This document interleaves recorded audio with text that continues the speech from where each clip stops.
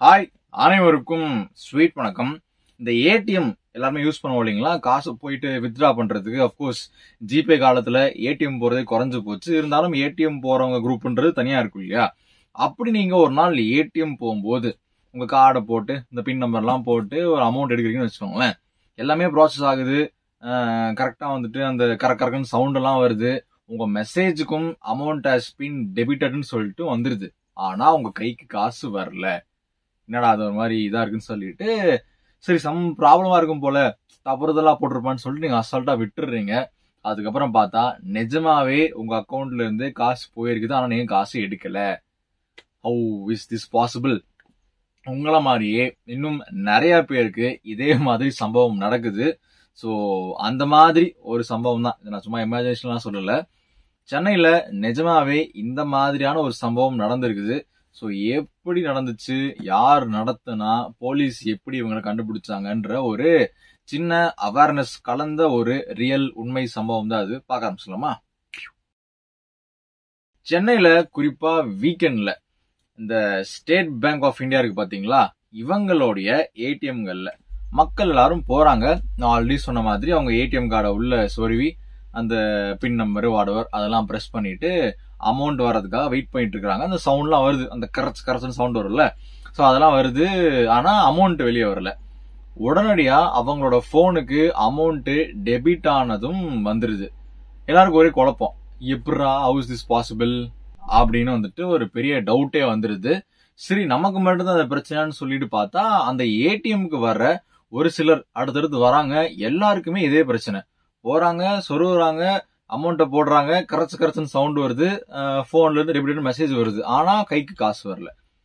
Something is ராங்னு சொல்லிட்டு என்ன பண்றாங்க, அந்த கஸ்டமர் கேர் நம்பர்லாம் இருக்கு இல்லைங்களா, அதுக்கு போன் போட்டு இந்த மாதிரி கம்ப்ளைண்ட் சொல்றாங்க. இந்த மாதிரி ஏன் போட்டேன், காசுலாம் போயிடுச்சு, ஆனா எனக்கு வந்து அமௌண்ட் வரல, கையில வரல அப்படின்னு.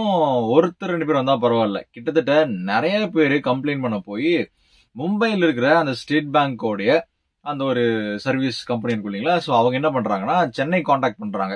இந்த ஏடிஎம் சர்வீஸ் எல்லாம் பண்ணுவாங்களா, அது அவங்களுக்கு ஆள் வச்சிருப்பாங்க. ஸோ அவங்கள கான்டாக்ட் பண்ணி கொஞ்சம் போய் பாருங்க, என்னமோ அங்க பிரச்சனையா இருக்குதுன்னு சொன்னோன்னே இங்க இருந்து கிளம்பி ஒரு டீம் வருது. வந்தோடனே என்னப்பா பிரச்சனை அப்படின்னு போய் பார்த்தா இந்த மாதிரி சொல்றாங்க, போனாங்க, தேய்ச்சங்க, எடுத்தாங்க, அமௌண்ட் மட்டும் வரல அப்படின்னு. அவங்களுக்கும் ஹவு இஸ் திஸ் பாசிபிள்னு சொல்லிட்டு அவங்களும் ஒரு ட்ரை வந்துட்டு பண்றாங்க. பார்த்தா அமௌண்ட் வரல. சரி என்னடா வரலையே அப்படின்னு கொஞ்சம் அந்த மிஷினை வந்து ஆராய்ஞ்சு கழட்டி உள்ள பார்த்தா அவங்களுக்கே ஒரு ஷாக். என்ன ஷாக்கு?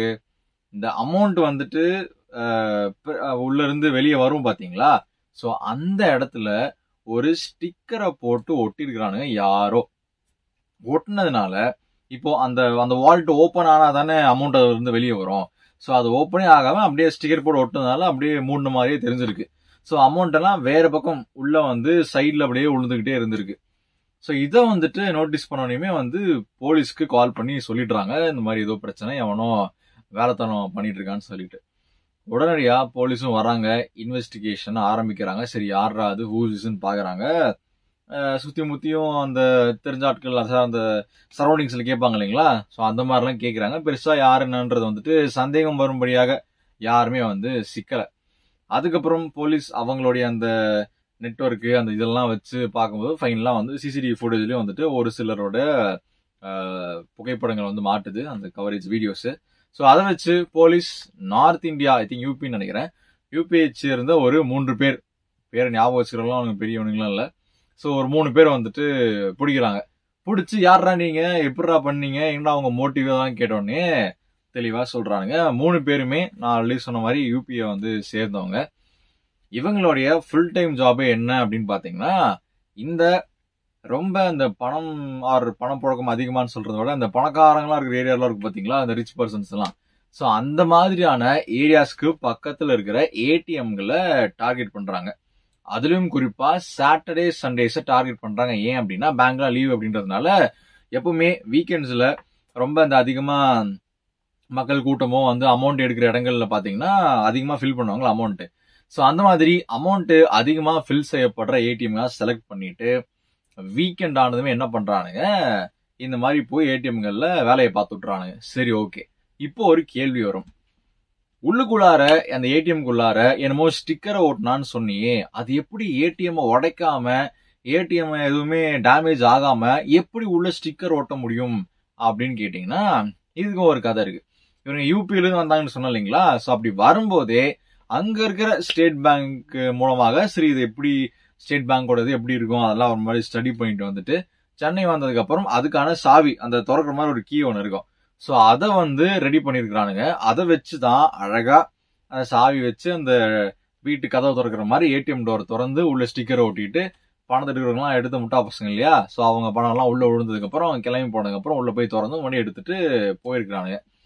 இது ஒரு இடத்துல இல்ல, சென்னையில கிட்டத்தட்ட தாம்பரம், திருவான்மையூர், வண்டலூர்னு சொல்லிட்டு நிறைய இடங்கள்ல கம்ப்ளைண்ட்ஸும் ஃபைல் ஆயிருக்குது. இந்த மாதிரி பணங்களும் வந்துட்டு மோசடின்னு சொல்லாம, ஆமா மோசடி தான், திருட்டு தானே. ஸோ திருட்டு தான் நடந்திருக்குது.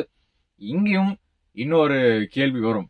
சரி ஒரு இடத்துல இருக்கிற ஏடிஎம்முக்கு அவன் சாவியை கண்டுபிடிச்சா ஓகே, அது எப்படி எல்லா இடங்களும் இருக்கிற ஏடிஎம்முக்கும் அந்த ஒரே சாவி மேட்ச் ஆச்சுன்னு கேட்டீங்கன்னா இததான் போலீஸும் அந்த அந்த கன்சர்ன்ட் கம்பெனியை பார்த்து கேட்குறாங்க. எப்படிப்பா இவ்வளோ அசால்ட்டா இருப்பீங்களா, எல்லா இடத்துலயும் ஒரே சாவி பொருந்துற மாதிரி ஏன் லாக் செட் பண்றீங்கன்னு சொல்லிட்டு போலீஸும் கேட்டதாக தகவல். ஸோ ஒரே சாவி தான் எல்லா ஏடிஎம்க்கும் போது ரொம்ப எனக்கே ஷாக்கிங்கா இருக்கு. எப்பா என்னப்பா இவ்வளவுதான் சேஃப்டியா, ஒருத்தன் ஒன்னு எடுத்துக்கணும் எல்லாம் தூக்கிடுவான்ல அப்படின்ற மாதிரி தான் இருக்கு. ஸோ இதெல்லாம் ஃபியூச்சர் வரும் காலகட்டங்களில் பார்த்து இன்னும் பத்திரமா பக்குவமா ஹேண்டில் பண்ணா இன்னும் நல்லா இருக்கும். அதே மாதிரி மக்களுக்கும் இதுல இருந்து ஒரு ஒரு ஒரு லெசன்லாம் சொல்ல முடியாது, ஒரு ஒரு ஒரு ஒரு ஃப்ரீ அட்வைஸ் சொல்லணும் அப்படின்னு பாத்தீங்கன்னா இந்த மாதிரி ஏடிஎம்ஸ் யூஸ் பண்ணும்போது நிறைய திருடுகளை நம்ம பார்த்துருப்போம். இதுக்கு முன்னாடி அந்த பின் நம்பரை மறைச்சு டைப் பண்ணணும்னு சொல்லுவாங்க. ஸோ அப்படி பண்றது போய் இப்போ பொது திருட்டு. காசு வரல அப்படின்னா டெபிட்னு வந்துடுச்சுன்னா அசால்ட்டா விட்டுறாதீங்க. உடனடியா உங்களுடைய அந்த கஸ்டமர் கேருக்கோ அல்லது முடிஞ்சா போலீஸ் என்ன சொல்றாங்கன்னா எங்களுக்கே கம்ப்ளைண்ட் பண்ணுங்க, எங்களுக்கு சொல்லுங்க, அப்பதான் நாங்க உடனடியா யாராவது பிடிக்கணும்னா பிடிக்க முடியும்னு சொல்றாங்க. ஸோ போலீஸ் கூட நீங்க தகவல் சொல்லலாம். ஸோ இதுதான் இந்த வீடியோல இருந்து நாம் அறிந்து கொள்ள வேண்டிய ஒரு கருத்து அண்ட் ரியல் லைஃப் ஒரு கதை. So that's it for today. மீண்டும் உங்களை நாளை மற்றும் ஒரு வீடியோவில் சந்திக்கிறேன். Until then, thank you. Bye bye.